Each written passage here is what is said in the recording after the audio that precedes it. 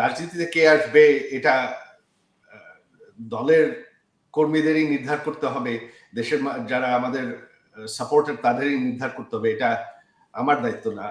আমি তো তাদেরকে বলে দিতে পারি না। তো আমি সারা জীবনই বিদেশে, আমি আমেরিকা এখন 31 বছর ধরে আছি।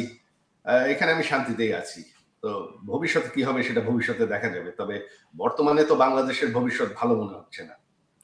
আপনার রাজনৈতিক বিষয় নিয়ে সুধী দর্শক, ডয়চে ভেলে বাংলায় আপনাদেরকে স্বাগত। বাংলাদেশের নির্বাচন শেষ হয়েছে, আর তারপরে নির্বাচনের প্রতিক্রিয়া নিয়ে আমরা কথা বলবো সজীব ওয়াজেদ জয়ের সঙ্গে। জনাব সজীব ওয়াজেদ জয়, আপনাকে ডয়চে ভেলেতে স্বাগত। একদম সরাসরি প্রশ্ন থেকে একেবারে সরাসরি প্রশ্নতে ঢুকে যাই। আমার যেটা প্রথম প্রশ্ন সেটা হচ্ছে যে নির্বাচন শেষ হয়ে গেছে এবং নির্বাচন কমিশন বলেছে যে বাংলাদেশ গণতন্ত্রের ট্রেনে উঠে পড়েছে এবং অত্যন্ত সুষ্ঠুভাবে নির্বাচন হয়েছে, উৎসবের মেজাজে নির্বাচন হয়েছে। কি বলবেন আপনি?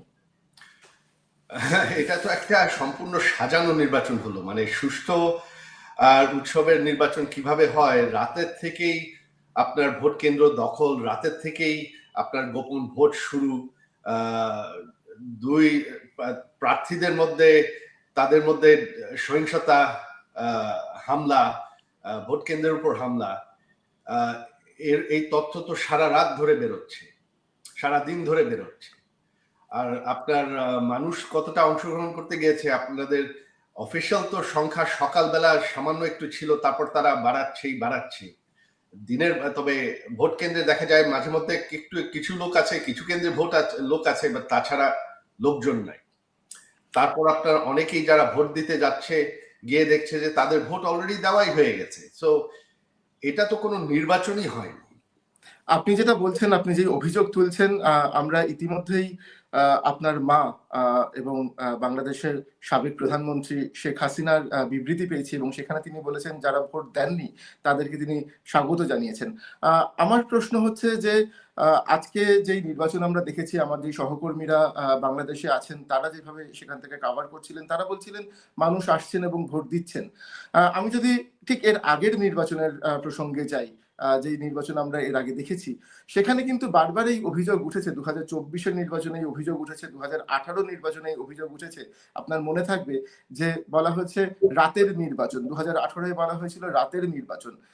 এর আগের বারের যে নির্বাচন আমরা দেখেছি, সেখানে আমরা দেখেছি সব মিলিয়ে 40% মতো ভোট পড়েছিল, 40% ভোট পড়েছিল।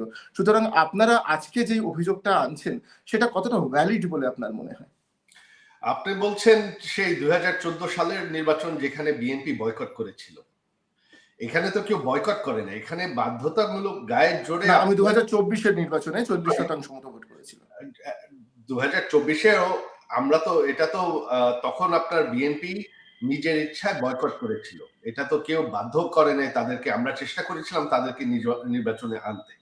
তবে এখন তো আপনার বাধ্য করে গায়ের জোরে, আপনার শুধু আওয়ামী লীগ না, আপনার বাংলাদেশের যতই আপনার প্রগতিশীল দল তাদেরকে বাদ করা হয়েছে, তাদের নেতা কর্মীরা জেলে, তাদের অফিস টফিস কিছুই নেই, পুড়িয়ে ফেলা হয়েছে, তাদেরকে কোনো ক্যাম্পেইন করতে দেওয়া হয়নি। তাহলে এটা গণতান্ত্রিক কিভাবে বলা যায়? আপনি যদি একটা দেশের অর্ধেক দলকে বাদ দিয়ে নির্বাচন করেন, সেটা কিভাবে গণতান্ত্রিক বা গ্রহণযোগ্য হয়? ভোটের সংখ্যা এখন পর্যন্ত 50% ক্রস করে নাই, আর এখানে তো অনেক কারচুপি হয়েছে। তার মানে দেশের অর্ধেক মানুষের বেশি কিন্তু এখনো ভোট দেয়নি এই নির্বাচন।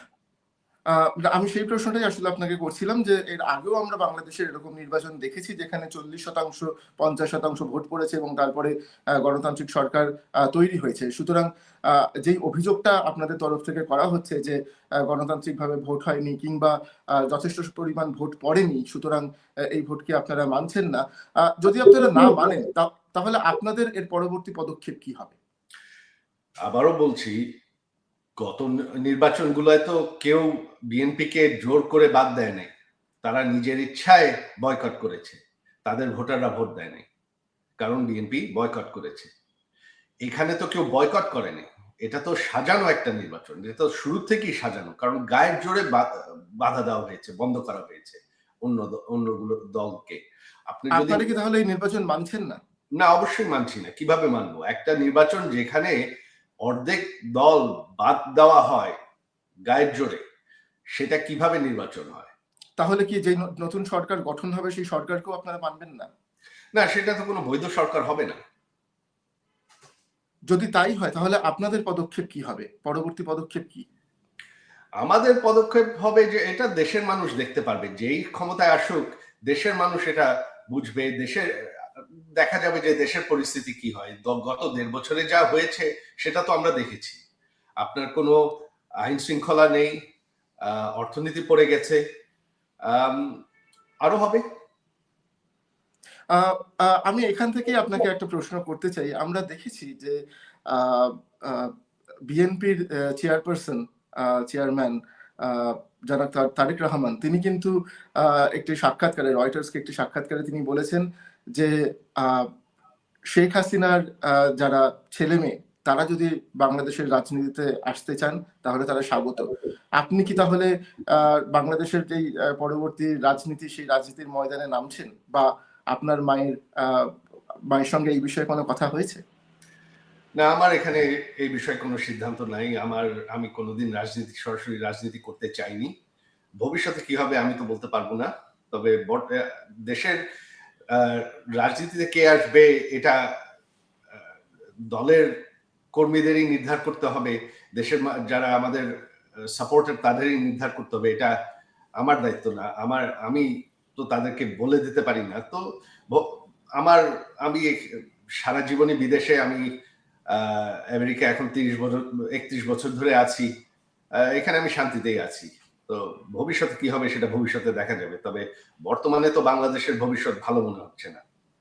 আপনার রাজনৈতিক বিষয় নিয়ে আপনার রাজনৈতিক আ আ অবস্থান নিয়ে আমি আরেকটু প্রশ্ন করতে চাই আপনাকে। তার কারণ আমরা দেখেছি যে আ আ জুলাই গণ-অভ্যুত্থানের পর থেকে যত আলোচনা হয়েছে বাংলাদেশের রাজনীতি নিয়ে, আপনি কিন্তু বারবার মুখ খুলেছেন, আপনি কিন্তু বারবার বিভিন্ন রকমের কথা বলেছেন এবং রাজনৈতিক কমেন্ট করেছেন। আপনি আ দেশের ভবিষ্যৎ, আওয়ামী লীগের ভবিষ্যৎ নিয়ে কথা বলেছেন। আপনি বলেছেন আপনার মা আ সরাসরি আর রাজনীতিতে থাকবেন না। যা নিয়ে কিন্তু আমরা দেখেছি আওয়ামী লীগের মধ্যে একটা আ দ্বিধা আ আ তৈরি হয়েছে। আওয়ামী লীগের মধ্যে একটা ভাব তৈরি হয়েছে। আ আমি এই প্রশ্ন আ দিল্লিতে আওয়ামী লীগের নেতাদেরকে করেছিলাম এবং তারা বলেছেন দল এমন কোনো সিদ্ধান্ত নেয়নি। আপনার কি মনে হয় যে আওয়ামী লীগের মধ্যে একটা ভাঙন তৈরি হচ্ছে? না, আওয়ামী লীগের মধ্যে ভাঙন তৈরি হবে না। আওয়ামী লীগ ঐক্যবদ্ধ আছে। আওয়ামী লীগ নির্যাতিত এখন। তো এইখানে তো আপনার ভাঙন হওয়ার প্রশ্নই উঠে না। কারণ আমাদের হাজার গত কয়েক সপ্তাহের মধ্যেই আমাদের ২০,০০০ এর উপর গ্রেফতার হয়েছে।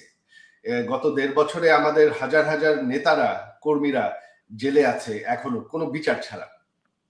আর বাকিদের তো দেশ ছেড়ে অনেকের হাজারের দেশ ছেড়ে ভেগে যেতে হয়েছে।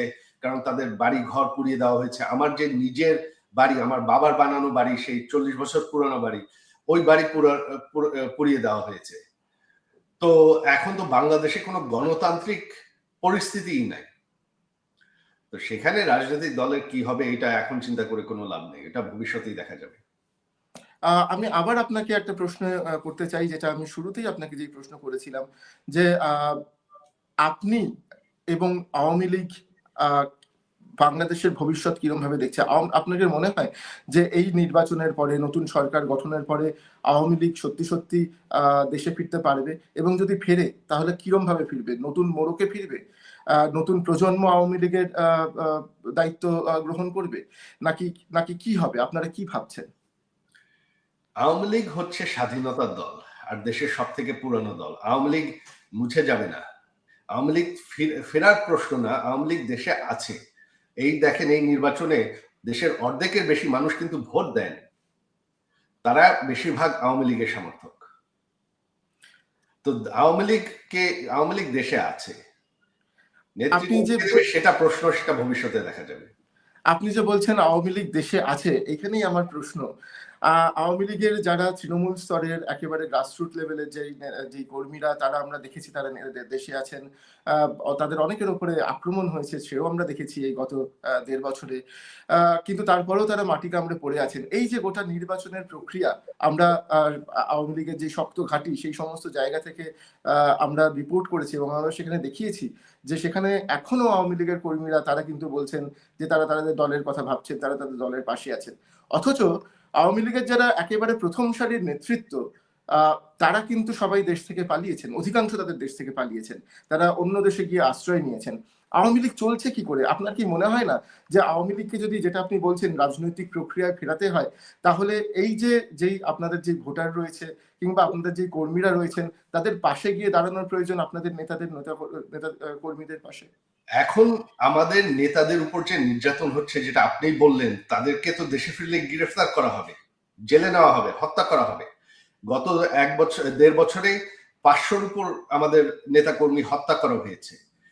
তাদের মধ্যে প্রায় 35 জনের মতন পুলিশের কারাগারেই হত্যা করা হয়েছে। তো এখন তো সেই পরিস্থিতিই নাই। আপনি যদি একটা গণতন্ত্রের কথা বলেন, সব থেকে বড় দল, যেটা সব থেকে পুরানো দল, তাদেরকে যদি আপনি গায়ের জোরে এভাবে নির্যাতন করে ব্যান করে রাখেন, তো তারা ফিরবে কিভাবে? বাংলাদেশে এখন যারা রাজনীতির ময়দানের আছেন, বিএনপি কিংবা জামাত শিবির, তাদের প্রত্যেকেই কিন্তু, আমরা তাদের যখনই যা ইন্টারভিউ আমরা দেখেছি, আমাদের সহকর্মীরা যে ইন্টারভিউ তাদের করেছেন, তারা প্রত্যেকেই বলেছেন তারা একটা গণতান্ত্রিক বাংলাদেশ দেখতে চাইছেন, তারা একটা অল ইনক্লুসিভ বাংলাদেশ দেখতে চাইছেন। এবং তারা বলছেন, এবং এই কথাটা আমরা এর আগেও, জুলাই অভ্যুত্থানের পরেও কিন্তু আমরা বহু মানুষের কাছে শুনেছিলাম যে আওয়ামী লীগের নেতারা তারা যদি ক্ষমা চেয়ে নেন, যা ঘটেছে তার জন্য যদি তারা ক্ষমা চেয়ে নেন, তাহলে তারা আবার রাজনীতিতে ফেরার একটা জায়গায় পৌঁছতে পারবেন। আপনারা কি ক্ষমা চাওয়ার জায়গায় আছেন? আপনি বলেন, আওয়ামী লীগ যদি ক্ষমা চায় তাহলে তারা ছাড় দিয়ে দেবে? নির্বাচন তো করে ফেলেছে। আমরা বারবার বলেছি, এখানে আমার মা নিজে ব্যক্তিগতভাবে জুলাই 24 সালেই যারা নিহত হয়েছে তাদের পরিবারদের সাথে দেখা করেছেন, তাদেরকে ওয়াদা করেছেন বিচার হবে। তবে আমরা একটা জুডিশিয়াল কমিটিও গঠন করেছিলাম, সেই কমিটিকে তো এই সরকার এসে বাতিল করে দিয়েছে। শুধু সেটা না, আওয়ামী লীগের তো শত শত কর্মী হত্যা হয়েছে, যারা তাদেরকে হত্যা করেছে তাদেরকে কিন্তু এই সরকার ইনডেমনিটি দিয়েছে, আইনগতভাবে ইনডেমনিটি দিয়েছে, যে যারা প্রোটেস্টার তাদের বিরুদ্ধে কোনো আইনগত বিচার হবে না। তো আপনি এক হাতে আপনি হত্যাকাণ্ডর ইনডেমনিটি দিচ্ছেন, আরেক হাতে আপনি ক্ষমা চাচ্ছেন, ক্ষমার দাবি করছেন, সেটা কিভাবে হয় সেটা আমাকে বোঝান। যে এক সেট হত্যাকাণ্ড, সেটা একদম জায়েজ, সেটা আইনগতভাবেই জায়েজ, অথচ আপনি ক্ষমার কথা বলছেন, সেটা কিভাবে হয়? বিচার হতে হলে তো সমান বিচার হতে হবে। কিন্তু আপনার কি মনে হয় না যে জুলাই অগাস্ট মাসে যেই ঘটনা ঘটেছিল, সেই সময় যারা সরকার ছিল, আপনার মা তখন প্রধানমন্ত্রী ছিলেন, এই গোটা বিষয়টাকে আরো অন্যরকম ভাবে, আরো মানবিক জায়গা থেকে হ্যান্ডেল করা যেত? আমাদের উপর যেভাবে নির্যাতন করা হয়েছে, এখানে তো কারো কথা বলারই সুযোগ ছিল না। এখন 1.5 বছর হয়ে গেছে, তো এখন আর কি বিষয় থাকে? যেভাবে আওয়ামী লীগের উপর নির্যাতন করা হয়েছে, এগুলা যদি আপনি মেনে নিতে পারেন, তাহলে আওয়ামী লীগের আর কি থাকে বলা? আমি আবার জেল দেওয়া, আওয়ামী লীগকে হত্যা করা একদম এটা কোনো ব্যাপারই না। তাহলে আর ক্ষমা চাওয়ার কি থাকে? আমি আবার একটা প্রশ্নে ফিরে যাচ্ছি আপনার কাছে, যেই প্রশ্ন দিয়ে আমি শুরু করেছিলাম। সেটা হলো যে বাংলাদেশের এখন যেই রাজনৈতিক পরিস্থিতি যেই জায়গায় এসে দাঁড়িয়েছে, তার কারণ আমরা জানি যে গত 1.5 বছরে ইন্টারিম সরকার ছিল, সেই ইন্টারিম সরকারকে আপনারা একরকম ভাবে দেখেছেন। এখন একটা নির্বাচন হয়েছে, সেই নির্বাচনের পরে নতুন সরকার তারা ক্ষমতায় আসবে। এই গোটা পরিস্থিতির মধ্যে যেটা আপনি আল জাজিরাকে সম্প্রতি বলেছেন, আমাদেরকে বলেছেন বিভিন্ন সাক্ষাৎকারে, যে আপনার মনে হয় না যে আপনার মা শেখ হাসিনা তিনি আর রাজনৈতিকভাবে বাংলাদেশের রাজনীতিতে প্রবেশ করবেন, তিনি আর বাংলাদেশের রাজনীতিতে অংশগ্রহণ করবেন। আপনি কি এখনো আপনার এই বক্তব্যে একই জায়গায় দাঁড়িয়ে আছেন? তিনি বহুত আগে রিটায়ার করতে চেয়েছিলেন। তিনি আসলে এত বছর রাজনীতি করতে চাননি। তো তিনি কি করবেন এটা ওনাকেই জিজ্ঞেস করতে হবে। তবে আমার আর মনে হয় না। তো সেটা আবার বলছি যে ভবিষ্যতে কি হবে আমি বলতে পারি না। তবে তিনি বহুত বছর ধরেই 2018 আগের থেকেই তিনি বলছেন তিনি রিটায়ার করতে চান। এটা কি একটা পারিবারিক প্রেশার? না, এটা আপনারা চাইছেন না? আপনারা এটা চাইছেন না? জি, আপনারা চাইছেন না? না, আমাদের কোনো প্রেশার নাই। তিনি একজন স্বাধীন ব্যক্তি, ওনার সিদ্ধান্ত তিনি নেবেন। আমি আমার শেষ প্রশ্ন, যে প্রশ্ন আমি আপনাকে আগেও করেছিলাম, আমি আরো একবার আপনাকে জিজ্ঞেস করতে চাই। আমরা দেখেছি যে বলা যেতে পারে যে বাংলাদেশের এখন একটা নতুন অধ্যায় শুরু হয়েছে। দীর্ঘদিন ধরে আমরা দেখেছি শেখ হাসিনা তিনি ক্ষমতায় ছিলেন। আমরা দেখেছি তারেক রহমানের মা তিনি দীর্ঘদিন ক্ষমতায় ছিলেন। তিনি এই দুজনের মধ্যে বাংলাদেশের রাজনীতি দীর্ঘদিন ধরে চালিত হয়েছে। খালেদা জিয়া এখন আর নেই, তিনি মারা গেছেন। তারেক রহমান তার পরবর্তী প্রজন্ম ক্ষমতায় এসছেন, রাজনীতিতে এসছেন, বাংলাদেশের রাজনীতিতে যোগ দিয়েছেন। আপনারা কি আপনি বা আপনার বোন, আপনারা কি বাংলাদেশের রাজনীতিতে কোনোভাবে যাওয়ার কথা ভাবছেন? না, আমাদের সেরকম কোনো চিন্তা নেই। তবে বাংলাদেশে এখন ভবিষ্যৎ কি হবে, আপনি যেটা বললেন যে হ্যাঁ, আওয়ামী লীগ যে এত বছর ক্ষমতায় ছিল, তার আগে আওয়ামী লীগ বিএনপি দুদলই ক্ষমতায় ছিল। তবে একটা জিনিস বাংলাদেশের মানুষ অলরেডি বোঝে, এবং আরো ভবিষ্যতে দেখা যাবে যে আওয়ামী লীগের যে 16-17 বছর, এটা যে অর্থনৈতিক অগ্রগতি, উন্নয়ন, আইন শৃঙ্খলা, জঙ্গিবাদের বিরুদ্ধে যে শক্তিশালী অবস্থান, এরকম শান্তিপূর্ণ সময়, এরকম অর্থনৈতিক উন্নয়ন বাংলাদেশের ইতিহাসে কোনোদিন হয়নি।